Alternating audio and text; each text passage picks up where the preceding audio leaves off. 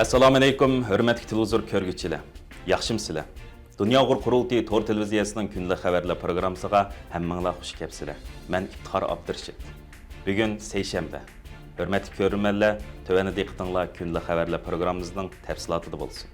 Mushu oyning 18-kuni Argentinadagi jinoiy ishlar yuqori soti, Federatsiya jinoiy ishlar soti, Dunyo Uyg'ur qurultiyi, Uyg'ur kishilik huquq qurilishi va advokatlarining Xitoy hukumati tomonidan elib berilgan insoniyatga qarshi jinoyat va Uyg'ur xalqiga qaratilgan irqiy qirg'inchilik jinoyati uchun elib berilgan arz delosini qo'llab hukm chiqargan. Argentina sot mahkamasi bu deloni ichishda hech qanday qonun to'salg'i yo'q. Bu deloni ichish kerak deb qarab, ularning hukmini ijro qilish uchun Federatsiya sotining sotchilarini bu da'voni yangidan boshlashga buyurgan. Argentina yuqori sot mahkamasining bu qarori Xitoy hukumatining Sharq Turkistonda Uyg'ur xalq ustidan elib borgan majburiy bola tushirish, Uyg'ur ayollarini majburiy tug'mas qilib etish, qiyin qistoq, jazo lagerlariga Uyg'ur va boshqa xalqlarni qirg'inchilik maqsadida solash, sistemalik jinsiy jinoyat, qotillik, majburiy g'oyib qilib etish va insonlarni majburiy emgak silish, qo'l qilish qatorliq irqiy qirg'inchilik jinoyatiga qarab chiqib, bu haqda sot ichish va qaror chiqarish kerakligini bildirgan. Mazkur da'vo Argentinaga necha qitimlab borgan va bu da'voning boshlanishida asosli rol o'ynagan va yetaklagan Dunyo Uyg'ur qurultiyining sobiq raisi Dolqin Aysa, qurultayning oliy maslahatchisi va Uyg'ur kishilik huquq qurilishining ijroiya direktori Ömer Qanat apandilar Xitoy hukumatining insoniyat qarshi ishlagan jinoyati va Uyg'ur xalqiga qaratilgan irqiy qirg'inchiliklarning dalillari bilan 2022-yili 8-oyning 16-kuni Buenos Aires Federatsiya jinoiy ishlar sud mahkamasiga sunilgan edi. Argentina asos qonunining 118-moddasida belgilangan universal boshqarish belgilamasida bu jinoyatlar dunyoning narda yuz bergan bo'lishiga qaramay, ig'ir kishilik huquq dafsanchiligiga munosabatli shaxslar va hukumat xodimlarini tutish buyrug'i chiqarib, mazkur qonun bo'yicha jazolash huquqiga ega ekan. Bu qatim sud mahkamasining eng yangi bir qarori 2024-yili 7-oyning 11-kunidagi sudning qarori bo'yicha Buenos Aires arz sotining ayblanuvchining arzini arxivlashtirish qaroriga qo'shilish xato deb hukm chiqarib, taftish mahkamasiga bu deloni tekshirish buyrug'i tushirgan edi. Shu qatimliq sotdan keyin norozilik arzi soti yuqori sotning qarorini ijro qilishni rad qilgan bo'lib, Federatsiya sot mahkamasi yaqinda e'lon qilgan qarorda bu da'voning echilishiga hech qanday qonuniy to'salg'i yo'q deb qayta qurilgan norozilik arzi sotining qarorini ijro qilishni talab qilgan. Dunyo Uyg'ur qurultiyining advokati Michael Polak va Dunyo Uyg'ur qurultiyining sobiq raisi, mazkur da'vodagi da'vogar Dolqin Aysa va Ömer Qanat apandilar o'tgan yil noyabrda Argentinaga berib, bu da'vo haqida sotning ichilishini ilgari surish uchun xizmatlar ishlagan edi.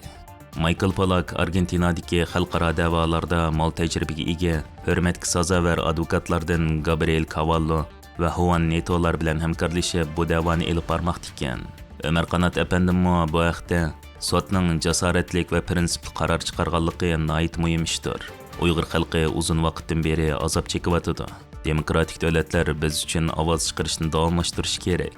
Mahkamaning qarori Uyg'urlar va boshqa esilgan xalqlarga umid elib keladi degan. Bu da'voga qatnashgan asosli kishilardan Michael Polak bu haqda to'xtalib, bu Kassat mahkamasining tarixiy qarori. Bu qarorda Uyg'ur xalqiga qarshi insoniyat qarshi jinoyat va irqiy qirg'inchilik delosini ichib qolmay, balki qayta tashkillangan norozilik sotining qarorini ijro qilish buyrug'ini tushirdi. Bu botirlarcha e'longan qaror Argentina qonun sistemasining obyektivligini va Argentina davlat qonunini qo'llanishdagi tarafsizlikni qo'g'daydi. Xitoy hukumatining Uyg'ur xalqiga millati va diniy sababidan qilgan nomussizcha hujumlari eng og'ir xalqaro jinoyatlarga barobar bo'lib, bu xalqaro tashkilotlar, muxbirlar, hatto Birlashgan Davlatlar Tashkiloti tomonidan yaxshi hujjatlangan. Shundoq bo'lsa-mu, hozirgacha ularga adolat yo'l ochilmagan edi.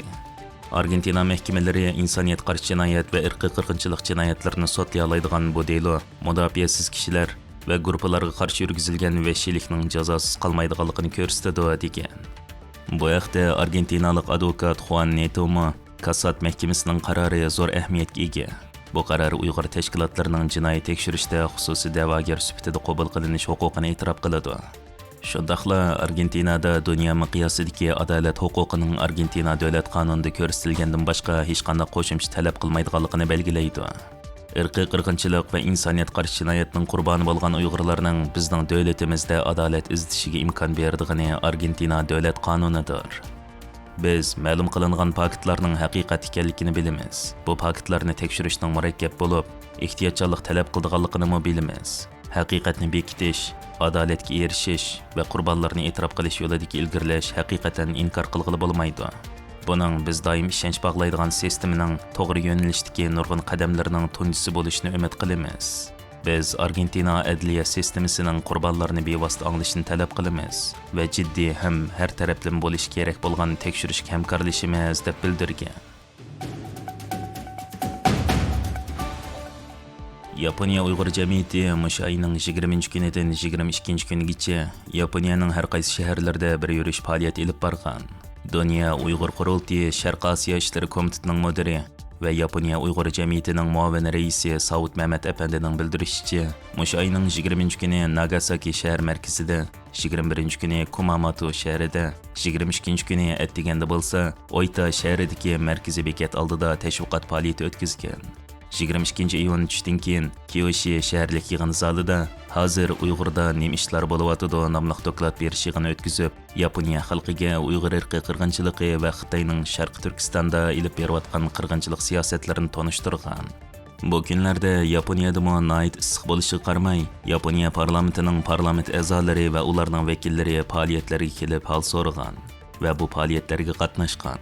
Har qaysi shaharlarda ilib berilgan tashviqot faoliyatlarida nurg'un yerlik kishilar faoliyatchilarning tanishtirishlarini anglab va tarqatilgan materiallarni ilib o'qib, Uyg'ur xalqiga hissdoshlik qilishgan. Bu faoliyatlarga qatnashgan ba'zi yaponiyaliklar faoliyatchilarga ichimlik suv akilib hol so'ragach, bugungi kunda dunyoda bunday bir vahshiylikning yuz berishiga hargiz yo'l qo'yishga bo'lmaydi deb o'zlarining Uyg'ur xalqining yanada ikkaligini bildirishgan. Yaponiya Uyg'ur jamiyati bu 3 kunlik faoliyatda 1000 tal tashviqot varaqchisi, lager shohidlarining hikoyasi aks ettirilgan karton kitobdan 1000 tal va Uyg'ur madaniyati aks ettirilgan plastinkadan 100 tal tarqatgan. Faoliyat jarayonida yapon tilida tushuncha bergan Saud Mehmet Efendi jamoatga munolarni degan.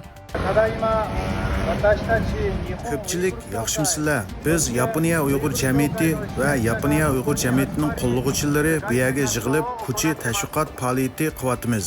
21-asrninki hozirda Yaponiyaninki yendiki davlat Xitoy davlatida 3 millionlagan Uyg'urlar lagerga sulandi. Xitoyninki bu Uyg'ur siyosatiga qarta Amerika, Angliya degan davlatlar buni irqiy qirg'inchilik deb e'tirof qildi.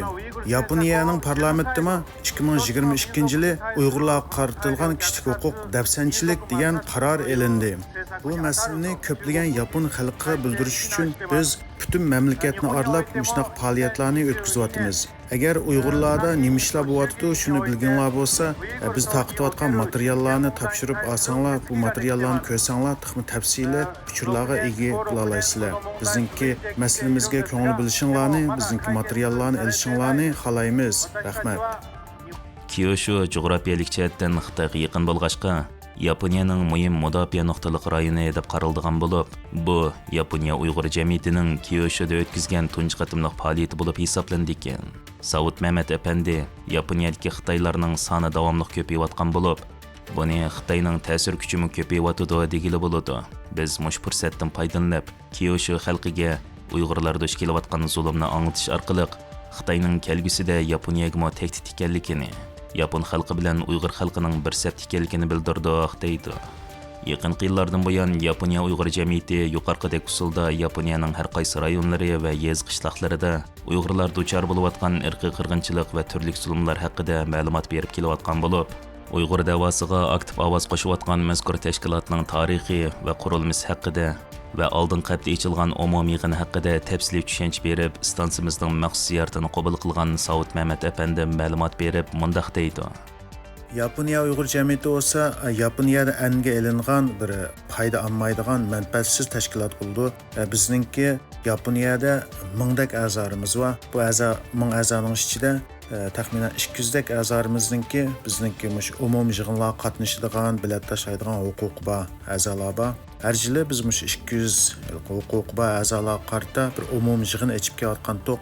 Umumiy yig'inda oldingi yilninki xizmat doklati, moliya doklati va buningdan keyingi xizmat plani, xamchot plani va shu doklat berish tegishli ba'zi ishlarni umumiy yig'inda doklat beramiz. Biz yilmi qoida bo'yicha 6-oyninki 14-kuni bu yilninki umumiy yig'inimizni ochdik.